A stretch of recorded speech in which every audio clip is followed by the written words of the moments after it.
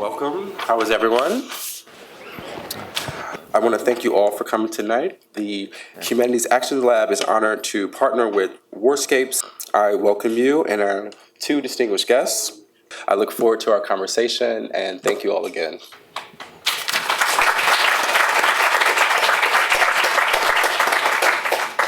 Thank you so much for your patience. I think Ngugi wa Thiong'o has had a particularly harrowing cab ride from the FDR, so I think we all understand that. So I don't want to do, too many intros. I'll try to be very quick, but just to introduce our wonderful speakers. I'm the editor of Warscapes magazine, and honored and delighted to have the opportunity to host this conversation, and so excited that you've all come here and waited patiently. So let me start with Charles Cantalupo, who will be our griot this evening. Over the years, Charles Cantalupo has published poetry, essays, translation, scholarly work, and he exhibits an enviable effortlessness within any genre he chooses to write in. His most recent book is a memoir titled Joining Africa, From Anthills to Asmara. This is a very compelling work, which is personal, political, literary, psychological, all at once, and tells the story of a marginalized, war-torn, misunderstood nation of Eritrea by fusing it with his own journey, and often through vivid, surrealist prose. Cantalupo's engagement with Eritrea has been long-standing and truly deep, and includes publications such as Who Needs a Story? Contemporary Eritrean Poetry in Tigrinya, Tigray, and Arabic, We Invented the Wheel, and we have our voice-selected poetry of Risam Haile. I'd like to think that Charles's inspiring and unique work on African languages and literature may have its origin in his meeting with Ngugi wa Thiong'o in the early 90s. The story goes that Cantalupo sought out Ngugi after having heard of him via oral tradition, the American academic oral tradition, as he joked with me. He conducted a 3-hour interview with him for a journal, and to make this encounter happen with the famous African author, Cantalupo had to trek back to the place of his own birth in New Jersey, the irony of which is not lost on any of us. This went on to become the book, The World of Ngugi wa Thiong'o. A year after, he organized and chaired a conference at Penn State called Ngugi wa Thiong'o, Text and Context. It was the largest conference ever held on an African writer. Unsurprisingly, they've both gone on to have a thriving intellectual friendship, which also then led to a 7-day conference and festival, really one of its kind, called African Languages and Literatures into the 21st Century, which took place in Eritrea and gave renewed vigor to debates about the place and history of African language, particularly within the continent. Cantalupo is currently the Distinguished Professor of English, Comparative Literature, and African Studies at Penn State University. Welcome and thank you.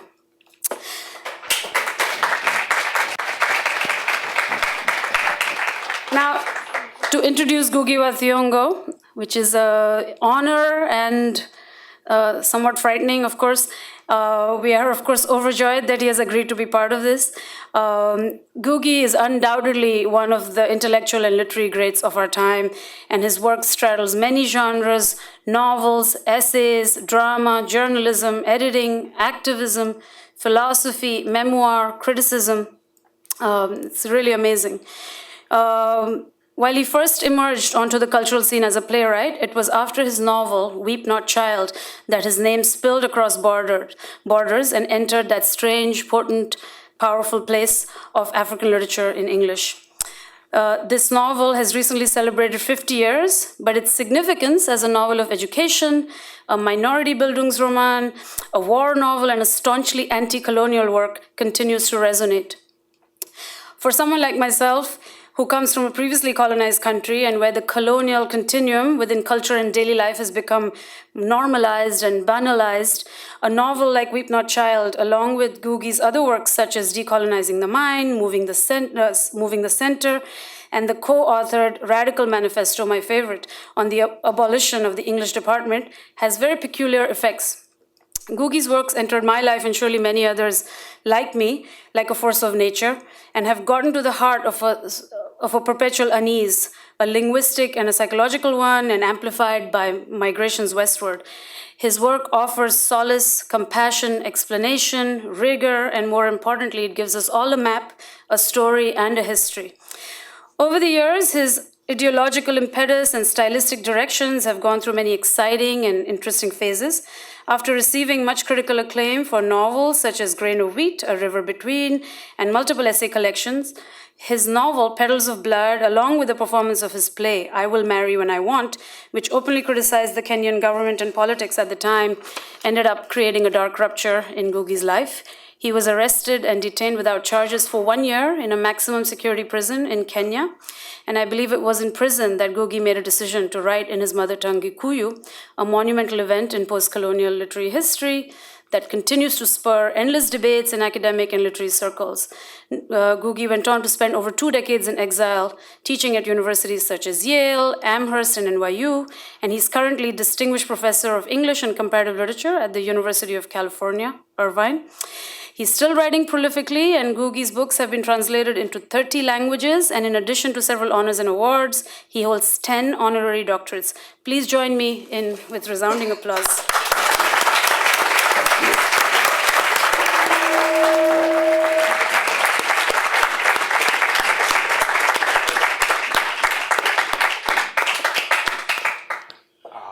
I think I'll start and thanking Professor Sringapure for the fabulous and generous introduction and the Warscapes Public Lecture Series and the New School Humanities Action Lab, and of course Warscapes online magazine for making this conversation possible, and of course thanks to my friend and mentor and life changer, Ngugi wa Thiong'o, for being here and Thank you.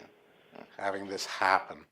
The billing today, African Literature Says Who, the last 50 years with Ngugi wa Thiong'o, almost functions, and thinking about this, as an equation with a constant and a variable. There's the literary works, Ngugi's literary writings over the last 50 years, which for me are a kind of constant. Their value is certain, as any major contemporary writers in this world can be. African literature, what it is or is understood to be, can seem like a variable. It's a wide open field. There's so much to know. And when we start thinking of all of the literature in the languages of Africa, it's a bewildering amount to know. It's like starting with the genome and thinking what there is to find. So I'm kind of interested right now in talking to you, starting out with the evolution, or how your thinking about African literature has changed in these many years, over 50 years. And I want to just set up some milestones for this, for those who may not be aware of so many of the specifics which Bhakti was covering. But if you start with the Conference of African Writers of English Expression in Makerere in '62, and then go on to the abolition of the English department, that famous document from 1968 at the University of Nairobi. And then the Kamarithu Community Education and Culture Center and its production of your plays in '76. And then your 2 Gikuyu novels with Petals of Blood in between in '82 and '86, to use their English titles, Devil on the Cross and Madagascar. And then, of course, Decolonizing the Mind in '86 with its historic farewell to English. And that's not even halfway through the story, I don't think, because then comes the Morogi Wakagogo, or Wizard of the Crow, in 2006, first in Gikuyu, and then in English. And then 3 more critical books, Pen Points, Gun Points, and Dreams in '98, Something New and Torn in 2009, 4 Global Extics in 2012, In the Name of the Mother in 2013. recently 2 volumes of childhood memoirs, Dream Time of War and The House of Interpreter. That enriches the mix. Well, when I was going all over these, it was as if your memoir of African literature and languages might be said to have already been written or submerged. Or I don't know, knowing you, you maybe have the manuscript at your hotel right now that you're writing. But how to get into this? I'm just going to start with a passage from Something New and Torn, which obviously goes back significantly before 1962. And you write, I always remember how, upon learning how to read in English, my classmates and I would carry the English language Bible to church. The service was entirely in Gikuyu. Everybody else had the Kikuyu language Bible. The preacher read passages from the Kikuyu language Bible. But we who had been to school would follow him through our English text. The Kikuyu voice had to come to us in English sounds, and this was to become the practice in African writing as well. What do you mean by Gikuyu voice that came to you in English sounds, and it became the practice in African writing as well? And most importantly, maybe, what are the differences between that voice in English sounds and that voice in Gikuyu itself? Now, I had a long question because you had a rough cab ride, and this could maybe take the whole time, but I have a few more. But why don't we just start there with that passage? Okay. Let's start by saying that voice, as you can see, even by its spatial relationship, is a conquering voice. Okay? It conquers, and the other one, which is really is the original, the one that my mother taught me, is now buried under English sounds. It's as if this other voice has to ask permission from English sounds for it to be heard. Or rather, it can only be heard via, English. Let me tell you a story. I'm a storyteller, so, I think me and Alexander will understand that we tell stories, okay? It's my mother who sent me to school. My mother did not know how to read or write, okay? But she's a dream of education, and I always believe that my dream of education was really hers before it became mine. Okay. So I go to school, and I learned to read and write, and the fascination, the triumph for me in learning how to read and write was that I would be able to tell myself stories in daytime. Because previously, the only stories we heard were around the evening, around the fireside in the evening. And we were told categorically that stories went away in daytime. So we could never demand to hear stories in daytime because they went away. We don't know why they went, okay? Now, but they came back in the evening, fortunately. Now, it's my mother who gave me the ability to hear stories in daytime, right? So she sent me to school. She supervised my homework, although she didn't know how to read or write, So she wanted to know how well I had done. If I told her I had 100% in something, she would ask, she needed to know what that meant. She would ask, is that the best you could have done? So this is the best. Is the best, irrespective of what percentage of my performance, I was telling her, became a constant, refrain in her supervision, of my homework. And one day I did learn how to read Gikuyu language. And it was a revelation to me. And initially, in fact, I read the Gikuyu translation of the Bible, the Old Testament, and really amazing in so many ways, So if you read my memoir in Dreams in a Time of War, I describe that process, and I end up dramatically, literally thanking my mother in a text, thank you, mother. And when today I hear the song Amazing Grace, I was blind and now I see. I always remember the day I learned how to read through my mother's efforts.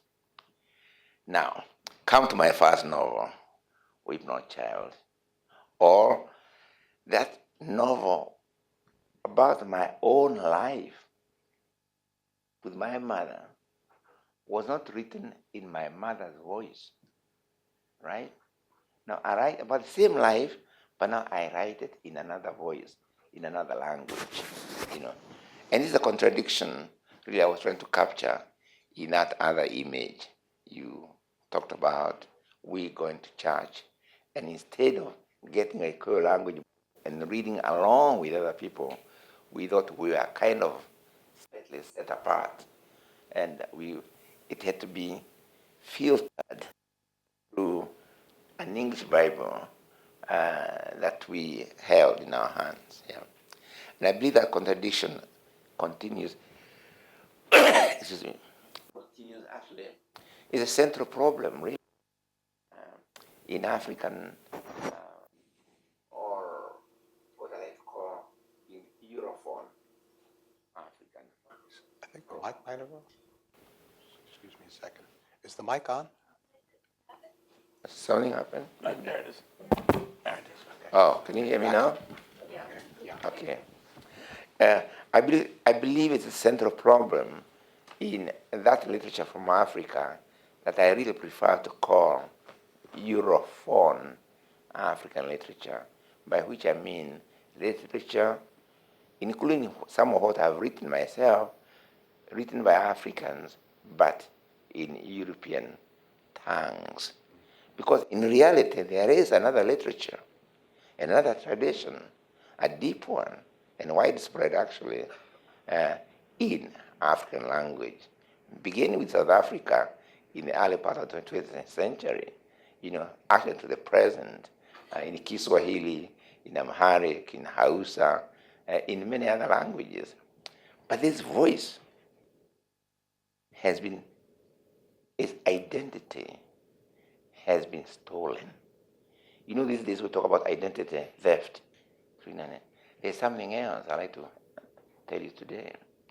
There is also something that's called literary identity. Yeah, and Europhone African literature is a good example. Later, I'll give some other examples of literary identity theft.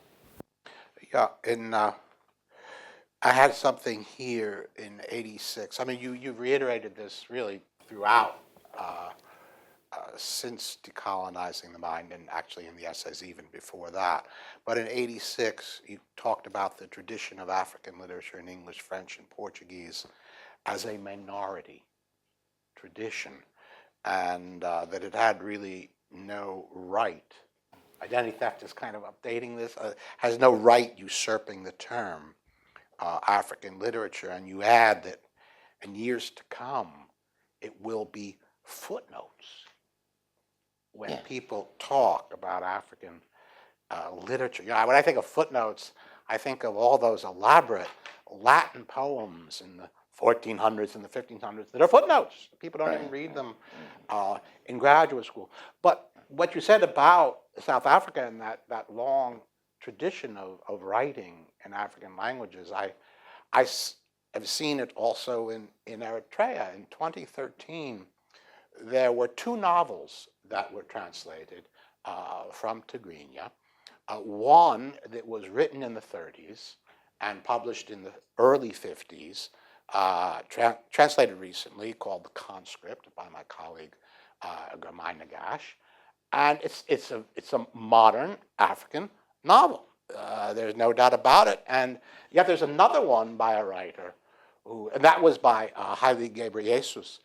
There was another one by Bayene Haile, which was written in 58, Mezgebe, kind of a portrait of the artist.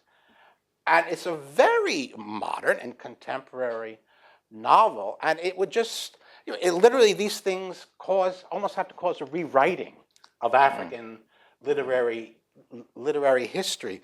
But I've also, remember in your writings, there's really two sides of this, because I know sometimes, Bhakti, as you said, when you've talked about whether it's identity theft or a minority literature, it can be defensive. People can be defensive. They can be intimidated. They can be angered.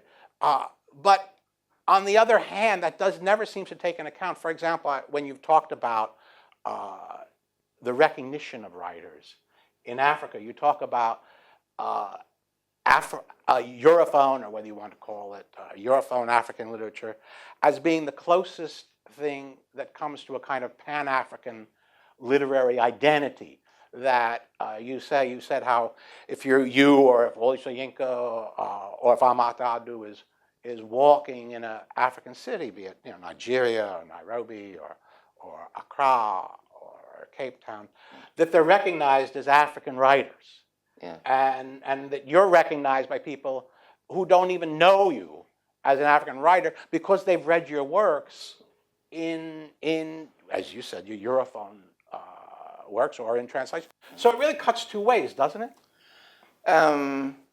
Not quite, although I know what you mean by saying that what has been produced by African writers in whatever language, some of the work is really outstanding by any measure.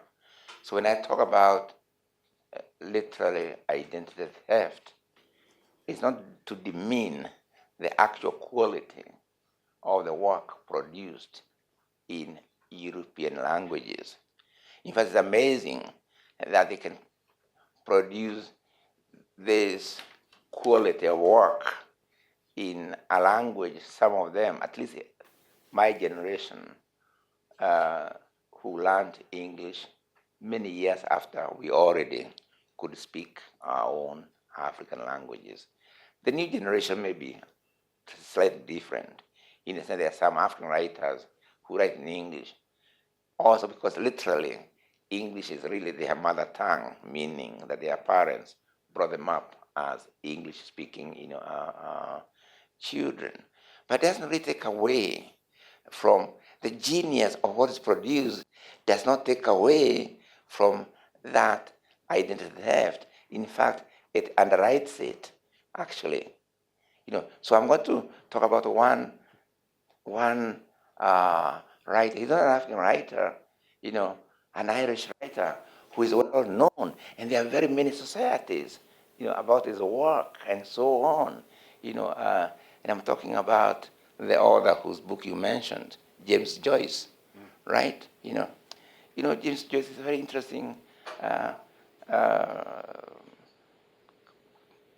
figure, because, as you know, he could speak nearly all European languages very fluently: Greek, Latin, German, I think Italian.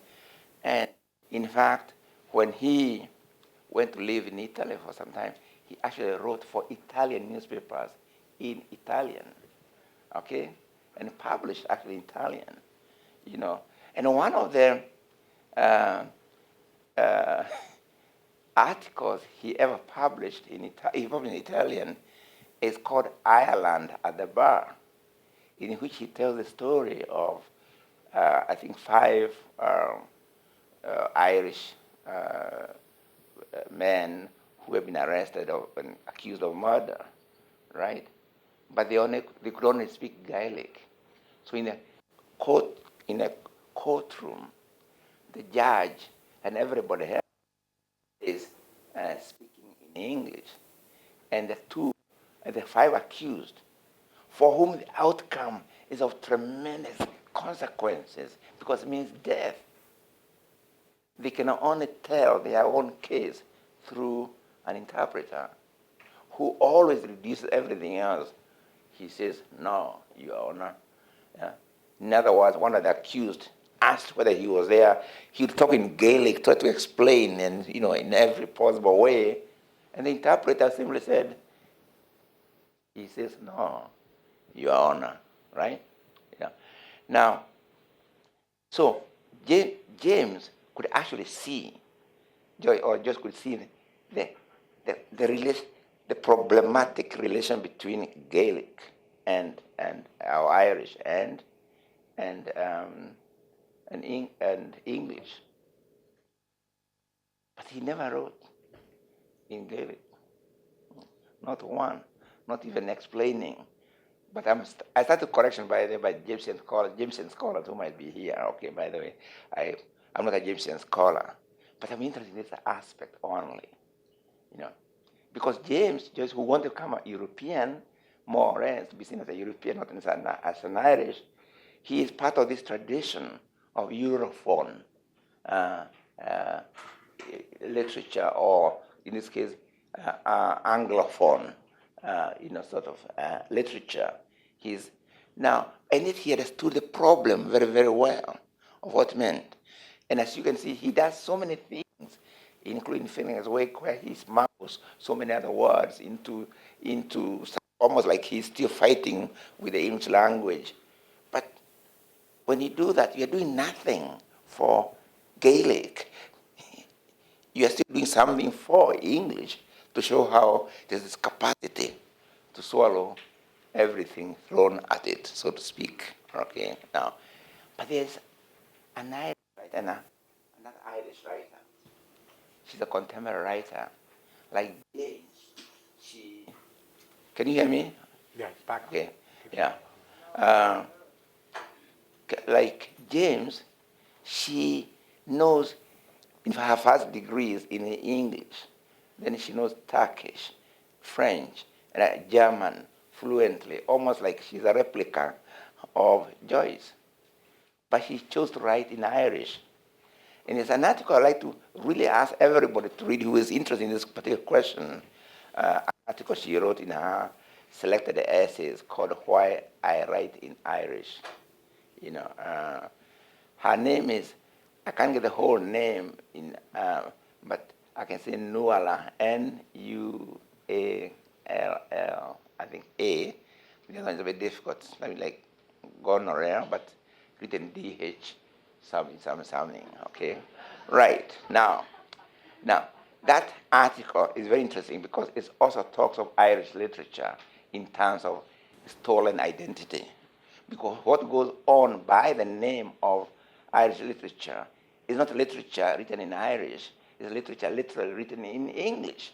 So she asks a question, so what do I call the literature actually written in Irish, right? So the same question underlies the whole question of African literature in European languages. And that's why very currently I'm using the word literary identity theft, because the idea of identity theft has been made very popular because of internet, where somebody can come and steal your identity. And it's a serious crime, isn't it? If someone steals your identity, they can get access to your bank system. I mean, they can make you not existent. You can go to a bank and say, no, but your money, you've already taken your money. No, but not me. No, you have been here. You've taken your money. So, literally, any identity theft is serious, including literally identity theft.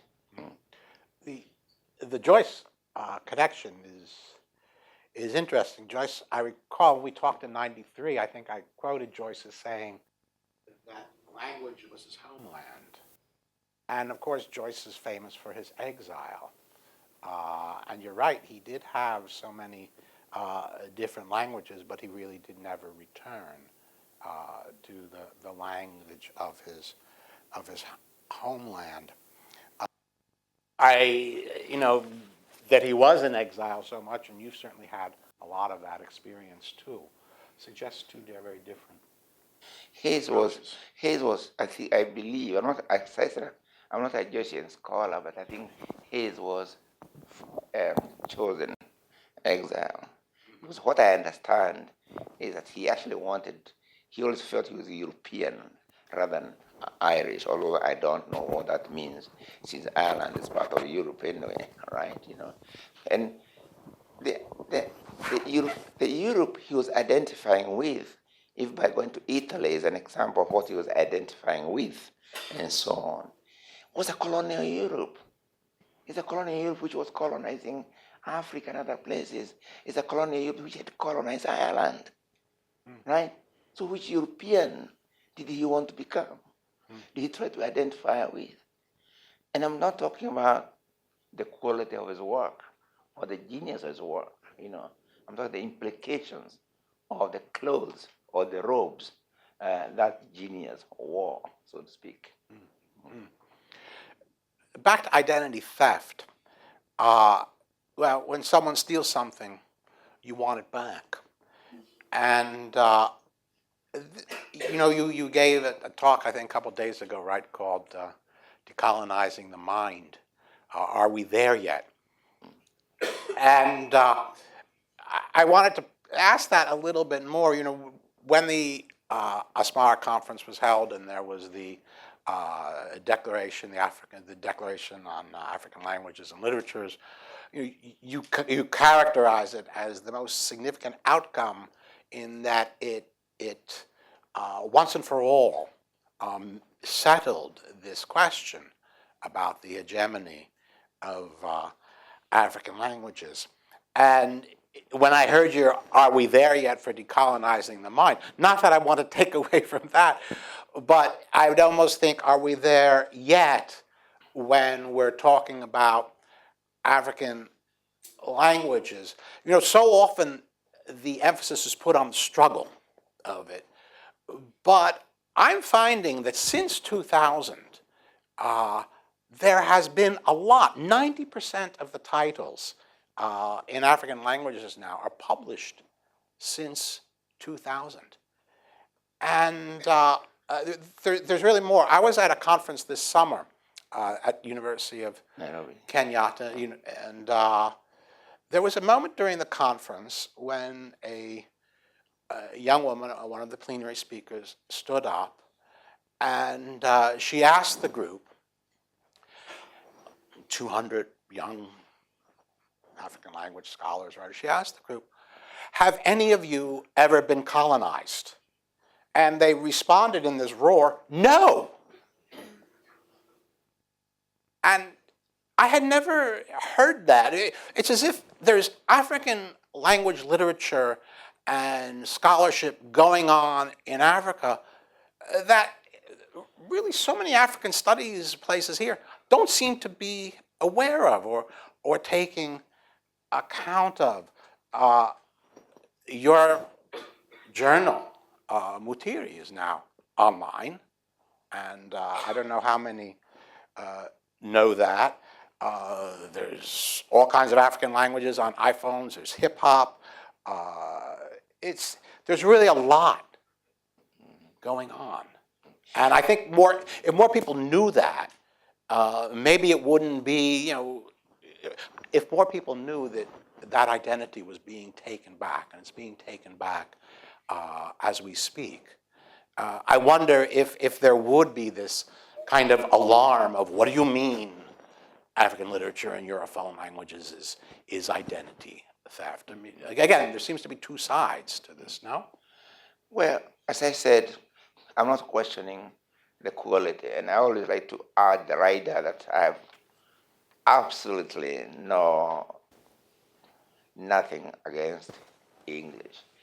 In fact, I like all languages. I mean, they are really marvelous, things, and just to show you what I mean, just now I'm learning Espanol on YouTube. Okay, I find it interesting. I know you know so many languages, but I'm following your footsteps, by the way. Right. But I'm finding it very, very, very, very beautiful.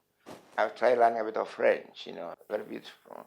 I've tried to learn a few greetings in Chinese, and I'm finding the sound very, very fascinating.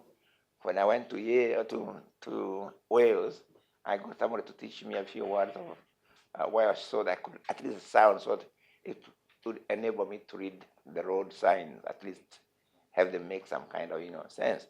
So really, I value all languages. What I really reject, fundamentally, is becoming more and more important for me to do that, is hierarchy of languages. A language is based really in terms of hierarchy. Yes, languages which are inherently more linguistic, shall I say, or more language, or I don't know that we can coin a word, languages that are somehow more language than other languages, and it's nonsense. It's not true. All languages are capable of, expression of highest beauty, and so on. And that's what, instead of hierarchy, languages can relate in terms of network, where, languages and cultures, give and take, So in that sense, there's no such a thing as a big or small language, because in a network, there's a give and take. It's a very different type of spatial relationship of network from that of hierarchy, because hierarchy is a question of power relationship. It's what underlines that spatial relationship. Okay, yeah, and it's what really, I, fundamentally, in fact, oppose. But it's true that there are. But the irony is that, as I said at the beginning, there's always been a tradition of writing in African languages. In fact, some of the early novels of South Africa, which were very, in their translation, made an impact on French-speaking African writers like Senghor, were actually, like one Mofolo Chaka, is a novel written, I think, in either Zulu or Swana, in South Africa. In translation, it had a very big impact all over Africa, right? It was written in an African language, and there are many others like that, but they never get to be known. Even within Africa, we don't know as much of African literature in African languages, as we should. Kiswahili language, in terms of poetry, and recently the detective novel and other types of novel, is a very highly, developed, literally, history, and we don't know much, about that, But it's as if its very identity as an African literature is been buried under this other identity of European literature. And that's why, by the way, I also make this distinction between Europhone, because that makes sense. You see, literature written by Africans in European languages is Europhone, meaning phone in terms of sound. It's not a negative term necessarily. You see, literature written by Africans in European languages, Europhone literature. In which case, also literature written by Asian writers, in English, like my friend here, what she's writing is also Europhone, and what I've written is Europhone, meaning we are writing in European sounds, if you like, okay? And there's nothing wrong with that. But it's when that identity, that we should have its own identity, take on the identity of the other, okay? And that's why I keep on calling it literary identity theft, because it wants to not recognize itself as Europhone, but rather as African literature. and it's African literature in African languages that has to beg for recognition, even in terms of its own name, right? Yeah. This is a distinction that I'm really trying to make. If we make that distinction, it actually will help us a great deal, even recognizing like Irish literature. There's a whole genre we can actually start thinking of, that phonety, Europhonety, if you like, Hello, can you hear me? Yeah. I'm not going to take technology, by the way. Yeah. Can you do something about it, please? Yeah, thank you.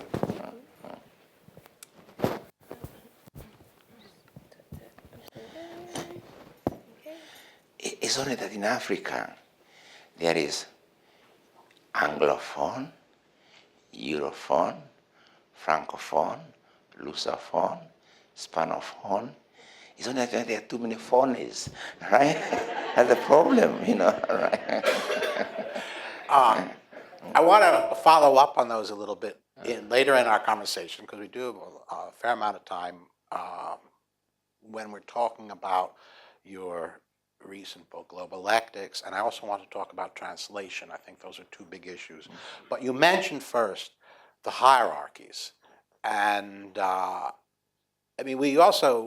all those signs of advancement and progress and healthiness and robustness in African language study and literature, that again I see more there than here. There's some pretty staggering odds still out there. Google is very helpful with this. I looked up African literature, and the Goodreads list of popular African literature books. I had to go through up to number 60. And of course, it was Wizard of the Crow. So I don't know if you should feel good about that or not. And you were also at 81. But up to 150, there were no others. No other African language books or in translation. I went to Google and searching for African literature books. And in the first 50, there were only 2. And that was Nawal Saadawi, Woman at Point Zero, and interesting Song of the Wino. Africa's best books of the 20th century was Little Better. Amazon's African bestsellers, the first 100.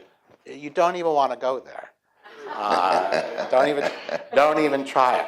I work in translating African language poetry, particularly from Eritrea, but there, even the websites that are supposed to have a sampling, UK Poetry Translation Center, only 3 African languages. The Poetry Society, next to nothing. USA's Poetry Foundation, nothing.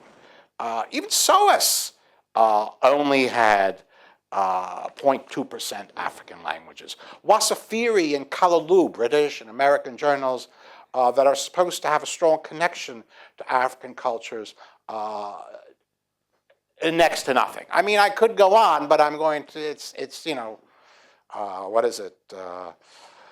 Silence. I'm going to be discreet here and not say any more. I don't want to send some to these journals and they say, no, thank you. I'll know why.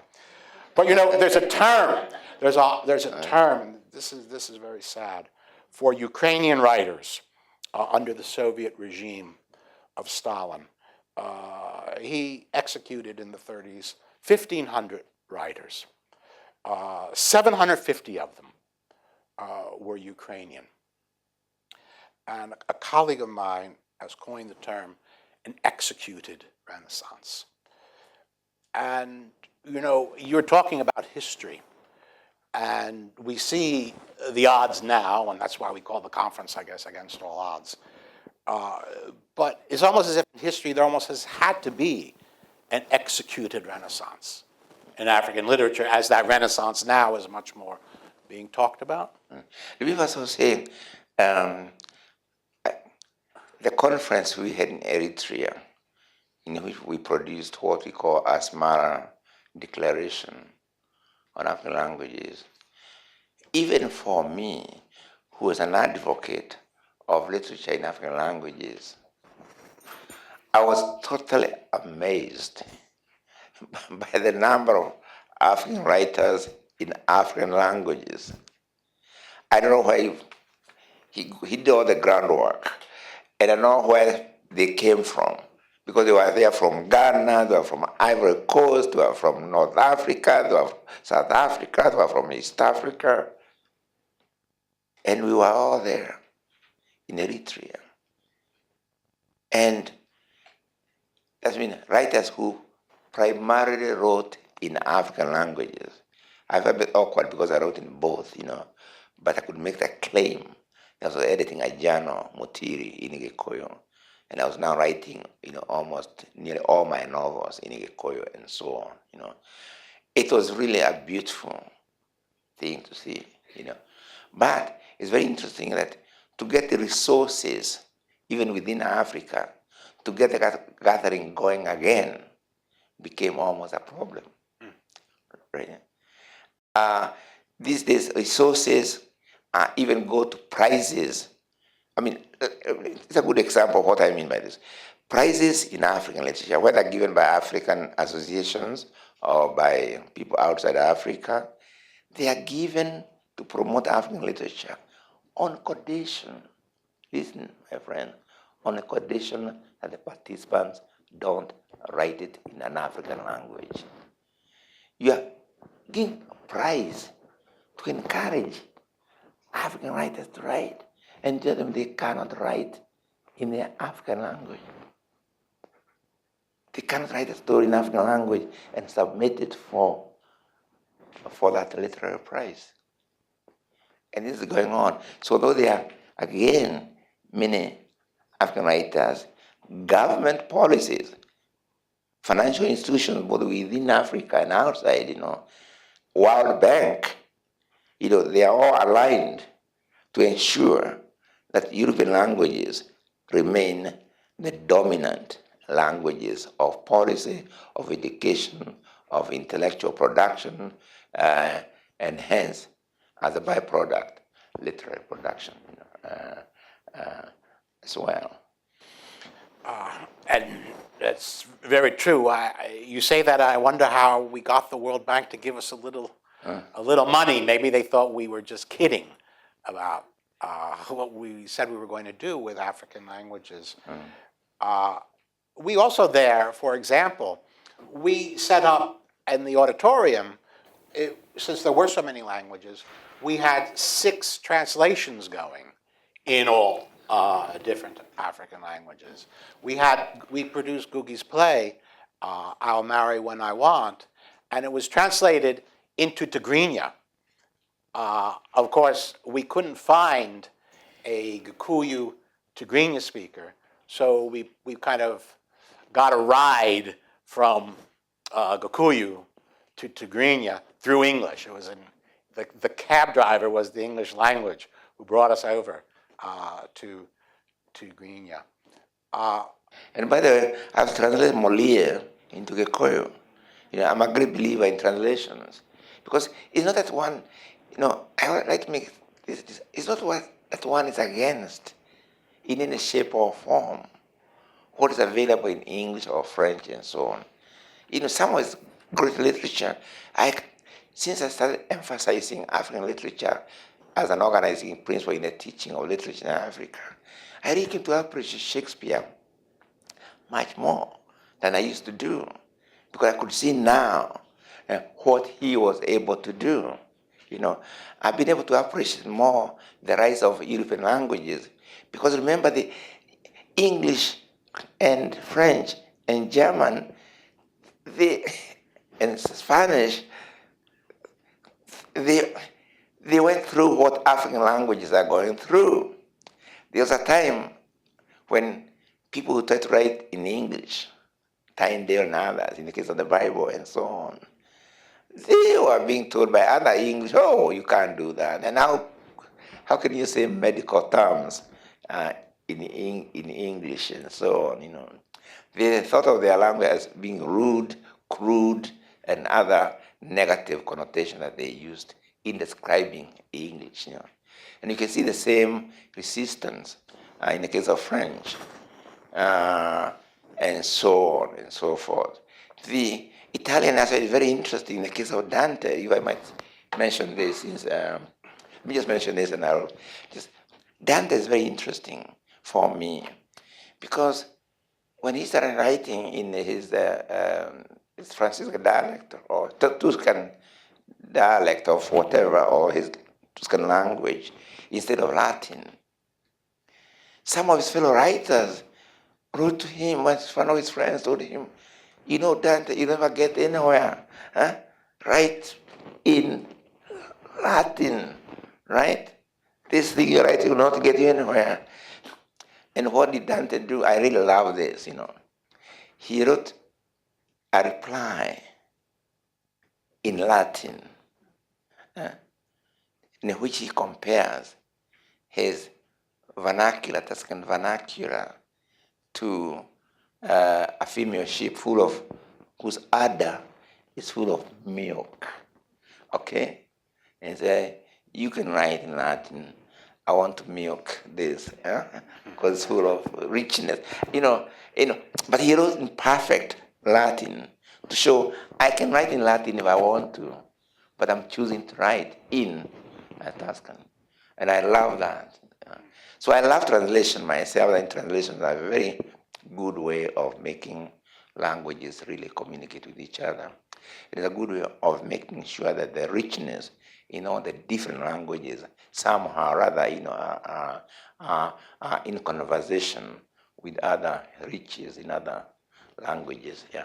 Yeah, let's talk about translation, because obviously no one in this room would be literate or would certainly be involved in literature if all of us just weren't living on translation. I mean, how many people speak Italian here and can read Dante, but practically everyone has read Dante. And I'm very interested in talking about why there aren't more African language translations. And I've tried to think about this. And, there's your analysis into colonizing the mind. We can go back to that, and we can talk about imperialism in colonial and neo-colonial phases and how it took over economies, cultures, but also creative initiative and self-definition.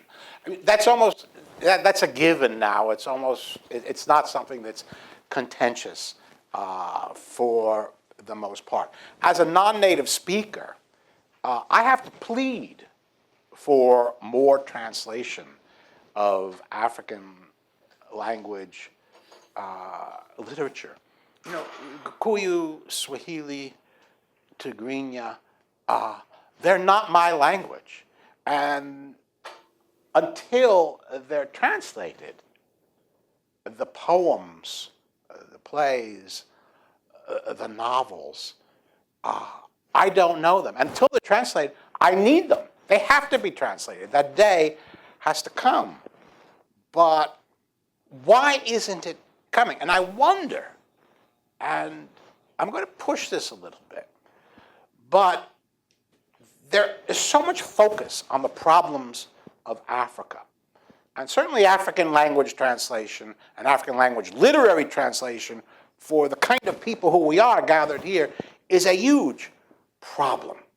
But we all know the litany of problems that are out there. And they change, they get recycled, and they're awful and they're horrible. AIDS, Ebola, fundamentalism, Allah, Jesus, IT, the list is endless. But for everyone who agrees with those analyses, if there was one African language literary translation for hundreds of people who, when we hear those arguments, say, yes, that's true, yes, that's true, yes, that's true, our problem wouldn't be as great. It would be much closer to being solved. And I almost wonder sometimes if the bringing up of all these political and social problems, which there are, almost become excuses or alibis for not going ahead and translating the texts. I mean, we have so many contexts of African language literature and African literature, but we have so few texts. What's going to change this? When are more and more going to be translated? Because that's the proof. Once people see the translation, whether it's any language, ancient or modern, people say that's great. So what's holding us back? Well, within Africa, obviously, government policies have to change. Going back home, in terms of, to the continent, it's not America which has to change about African languages. It's African countries which have to change their own policies about African languages first, promote them and so on, and have an enabling linguistic environment.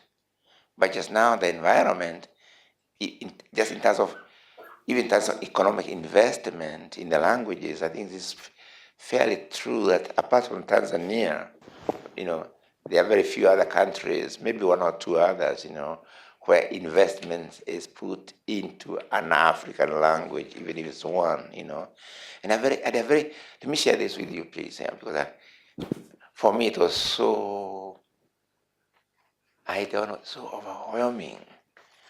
I was going to get my 9th honorary doctorate, and I got it from Dar es Salaam University, which is next door to Kenya. And I don't know what occurred to me.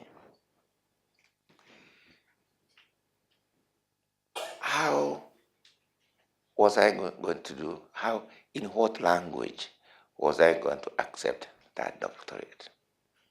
It's a big challenge for me.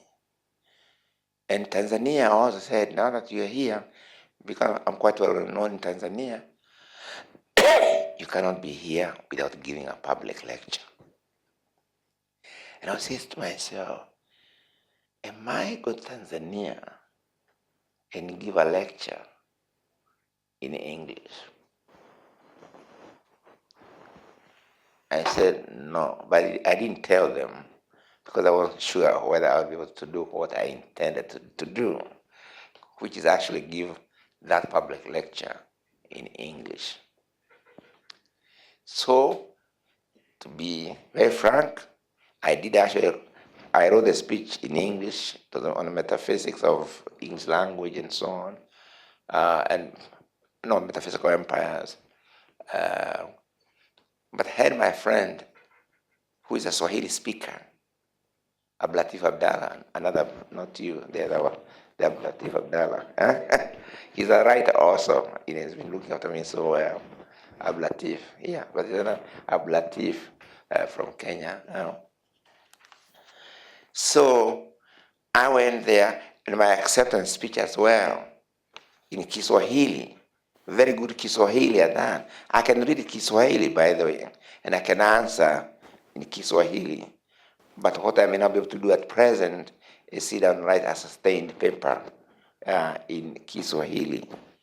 So I went there, and 5 minutes before they were about to introduce me to about 1,000 people who turned up for my talk, I told them, actually, I'm going to speak in Kiswahili. And I'm telling you, I see some movement because they had assumed I would come to speak in English. And they had got the person introducing me to come and speak in English, introducing me, although Kiswahili is the dominant language there. But now I tell them I'm speaking in Kiswahili. And the professor who was going to introduce me in English, she said no. If she was going to, not to me, but she said no, she cannot ask. When she came to the platform, she said, go ahead, said he's going to speak in Kiswahili. I cannot introduce him in English. And there, she did an amazing thing. She read the entire paper of introduction, which she had written in English, but she did an instant translation without once hesitating and so on. It was beautiful. And then the best part for me was I gave the lecture in Kiswahili. And then there was another hour, literally, of question and answer. And I told myself, no matter what, come rain, come what, I'm going to respond to everything in Kiswahili, which I did, right? So I was very proud. And people, you can see they were sort of engrossed. This was something new. It became the talk of television and other things. Then I went to the university to receive my degree. And again, I did my acceptance speech in Kiswahili. And the entire degree award ceremony, by the way, was conducted in Kiswahili, including all the names and titles of degrees from engineering to chemical what, they were all in Kiswahili. I'm telling you, I'm now 77 years old, okay? And in all those years, I have never once been in a situation where an entire, academic discourse from beginning to end was conducted without any apologies in an African language. For me, it was like, I really felt teary afterwards. Because I said, it can be done. Why? Because I've seen it being done at the University of Dar es Salaam. And that's why my ninth honor doctorate became very important. And by the way, when later I went to get my 10th doctorate from Germany, I accepted it in Kiswahili.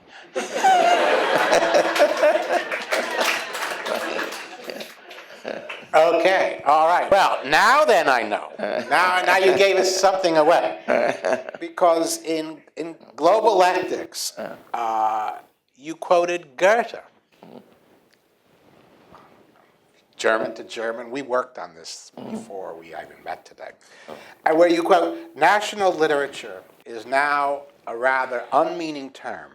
The epic of world literature is at hand, and everyone must strive to hasten its approach. So Goethe wrote this roughly 200 years ago. 19th century. But I guess he didn't write that thinking that he was describing Kiswahili. Yeah, but the idea.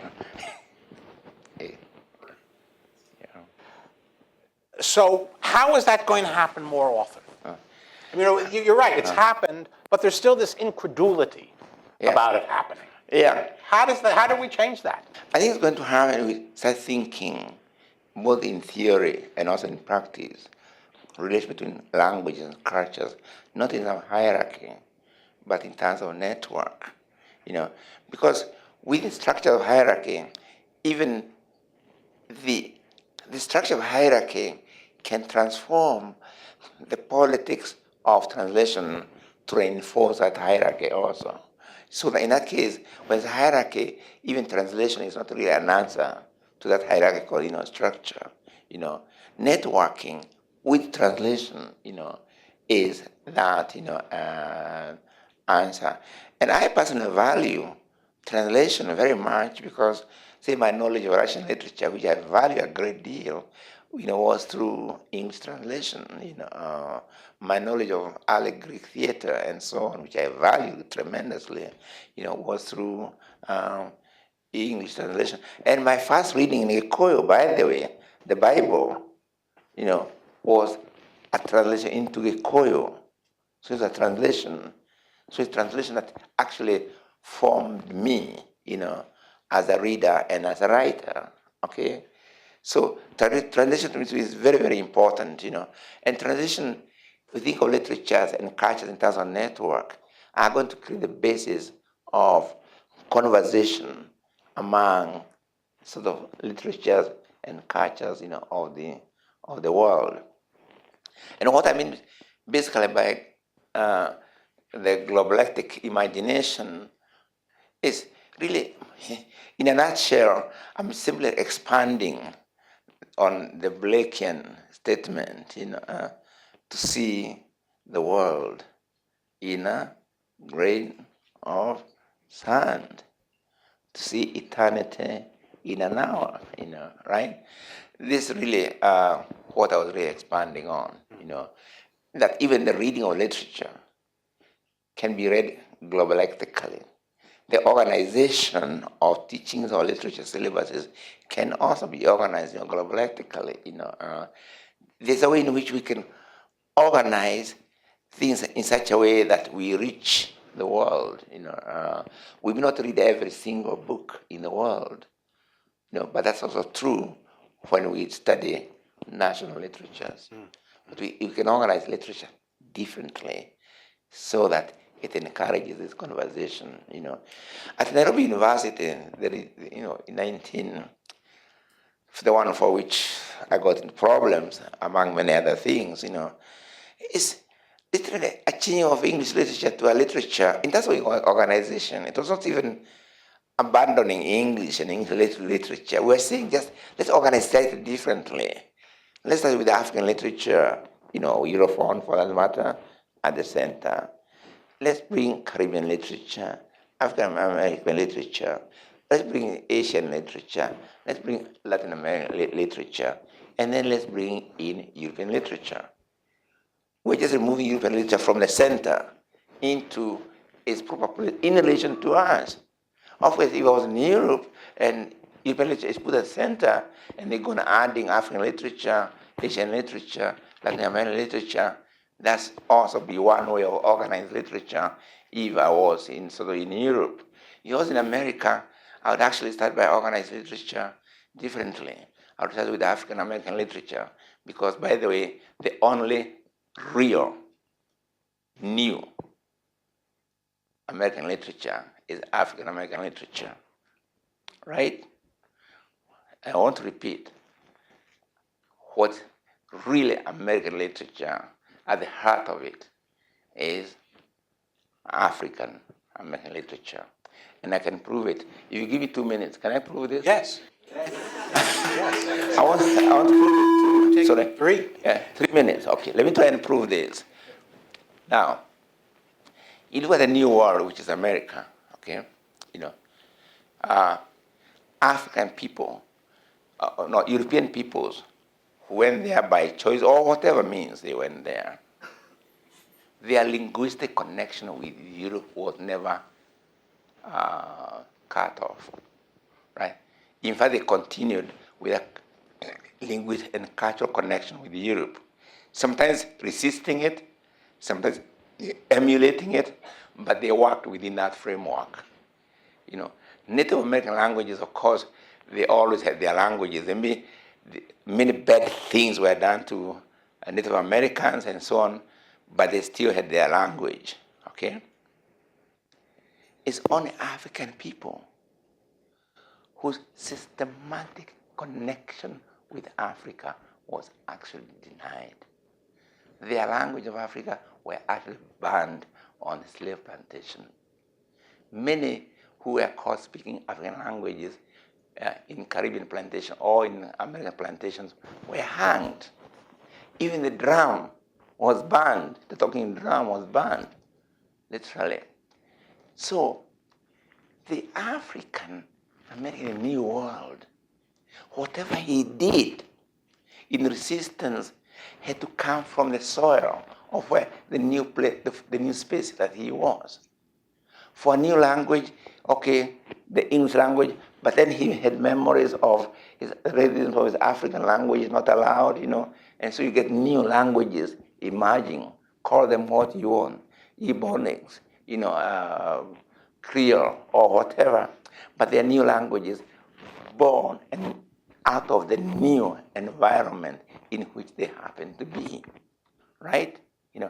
So African American literature, whether in spirituals, whether in jazz or any other cultural production, came out of their new environment, and so it's something new, not because they were geniuses or better than other people, but the very nature of the situation in which they find themselves forces them to invent to new languages, new things and so on, because there was no way physically they could connect with the continent of where. But Europeans, they still had that.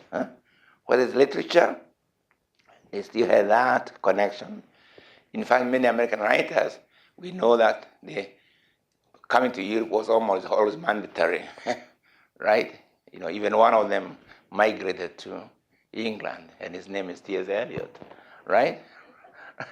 So you see, so what is American in terms of built afresh from the soil? It is African American. And I'm trying to sell this idea in America because people don't seem to quite see that this is what's new there is. Even if today when you talk about American culture, popularly, is actually African American element in the American culture. I don't know if I convinced you, but believe me, if I have not, it's not for want of trying. Well, no, I like that you're turning it to America, to the United States, because you talk about it as also, you don't talk about that in global ethics, I don't think, but you talk about it as a significant example of the post-colonial as the site of globality. I mean, along with African American culture and certainly with indigenous culture, when you bring in the idea that we are a country of immigrants, transnational, avant la lettre, right? That all of these constituencies ultimately, after a generation perhaps or two, become a part of American literature and enrich American literature and, of course, enrich American culture. And they write in English. And I'm very interested in this question of when, you might say, an immigrant writer, for example, a Jhumpa Lahiri or a Ha-Jin, are now in the canon of American literature.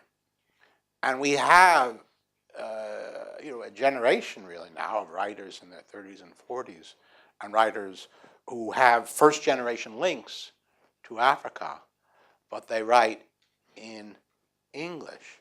And I'm unclear, and I wonder if you are clear about the idea of, where is this point of when you're an African writer, or for that matter, a Chinese or an Indian writer, and when you kind of join, to use, which in Tigrinya, Getamai is literally the word for poetry or for writing literature, when you join an American literary tradition. No, let's begin with what's clear in terms of concrete language. Okay? If I meet Mina and we meet, talk a lot, we've been on juries together, we have common friends in India and so on, so we're always talking about our friends and so on, But what she and I talk through is, no matter what we may say, whether it's Kenyan or not, we talk in that branch of languages called English. Okay? We can't pretend that we are somehow speaking Gujarati or Hindi. Although the other day I got a taxi driver from the airport. He was from Punjabi, but the Punjabi people were Sikhs, but there are two. I think are Hindu Punjabis and Sikh. This was Hindu Punjabi. So he was explaining this to me. So I told him, "Kaisa ho?" And he said, "What? Have you been to India?" Right? Yeah. But what I'm trying to say that when she and I speak, there's no point in pretending that we are speaking anything other than English. There's no point of us pretending that we are speaking Malayalam or Gikuyu, because we are not at that point. If I learn her language where she came from, we can say that we are talking that language. In the same way with literature. If you write in English, you are part of the English language literature. You can then say this, there, from Kenya, but really, in terms of what defines that, is we are part of English language literatures. Okay. If we want to be part of African literatures, then we write in African languages. In which case, if my friend here might, learn Kiswahili and start writing her novels in Kiswahili or in Arabic, I think, you know Arabic, don't you? Yeah? And she knows many languages, Arabic. Were you in Sudan at one point? Khartoum, yeah. She when I traveled to Khartoum, many cultures and so on. So maybe one day she might decide to write not in Arabic, but say in Kiswahili. Then she become part of the Swahili writing culture and so on. Yesterday when I was talking at the City College, there was a lady I was talking. She said, "Mama Aisha is her name." You remember her? And it's very interesting. Her Kiswahili was so I don't know how to describe it, was so good in the gesture, the intonation, everything, that I thought she might be a Swahili who had come to live in America in her advanced age. I learned actually she's American, who I think was married to somebody from Tanzania probably. But anyway, when she speaks Kiswahili, she's more of a Kiswahili culture and Kiswahili language tradition, honestly, than I am, although she's born here, right? So what I'm trying to say, language, no matter how we may want to think about it, when James Joyce writes in English, he is not Irish literature. He's part of English literature. And as far as when I read James Joyce, it was as part of an English literature class. James Joyce, Yeats, and Singh or Singe. James Singh. Yeah, right. Who then wrote in Irish at times. Did he write in Irish? No, He translated, I guess. I don't know. He invented his own Irish. I think he didn't write even Gaelic. He thought how the peasants in that part of the world, how they would speak English. It was invented. But anyway, very interesting all the same. Yeah. I think he But what I'm invented trying to say the is that seal. language is really the marker. Okay? Within that, we can say many different things about it. But the marker is English. So African writers, when we write in English, we are part of English literature. And I noted that the writers, I think one of the encyclopedias put Achebe in some of the English literature or British literature. He's at the top. At first I was shocked. Then I said, but actually it's true. Right? Yeah. We could go on, but we can't go on, to paraphrase Beckett. So thank you. And thank you.